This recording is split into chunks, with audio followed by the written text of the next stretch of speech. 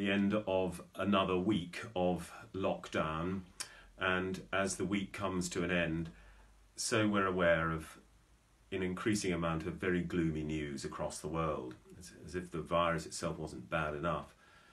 News from the United States and the appalling murder of George Floyd and the subsequent race riots and disquiet have affected many people across the world, including, of course, in this country.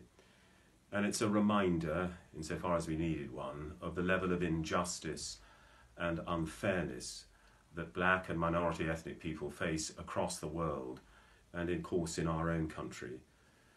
And in due time it will be no doubt explained, or there'll be some inquiry as to why it is that black and minority ethnic people have suffered so disproportionately amongst the deaths of those affected by coronavirus.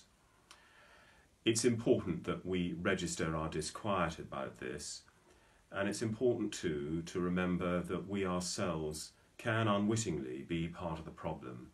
Institutional racism is something that is much more prevalent than we are perhaps comfortable to admit. And a verse which I think helps us to reflect on this as we are aware of injustices in the world is from Matthew chapter 7, verse 1. Do not judge so that you may not be judged. For with the judgment you make, you will be judged. Why do you see the speck in your neighbour's eye, but do not notice the log in your own? Or how can you say to your neighbour, let me take the speck out of your own eye, while the log is in your own eye? You hypocrite. So we need to be aware of our own failings, whilst we rightly point out the shortcomings and injustices elsewhere.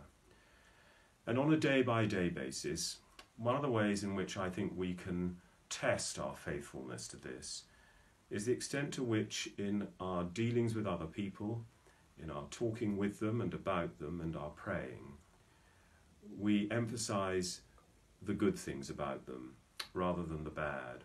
We seek not to diminish, but rather to enhance them.